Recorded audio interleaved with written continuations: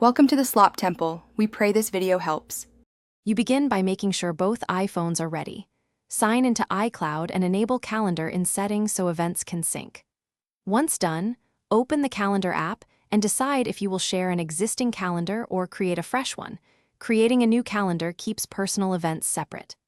Tap Calendars, then New Calendar, name it clearly for the shared purpose, and choose an account like iCloud. This step prevents accidental overlap and establishes a single source of truth for events.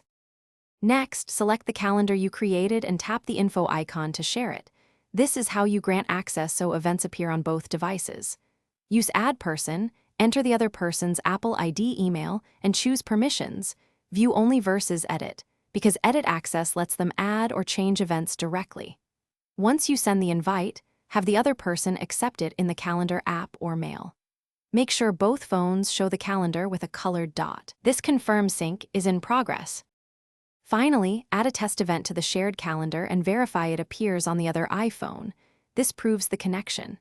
If changes don't show up, first make sure both phones have internet and that iCloud calendars are enabled. Then try toggling calendars off and on in settings to force a refresh. If problems persist, confirm both devices use the intended Apple ID and that iCloud storage isn't full. These issues often block sync. One troubleshooting tip: sign out and back. Thanks for watching. Consider subscribing if we helped you.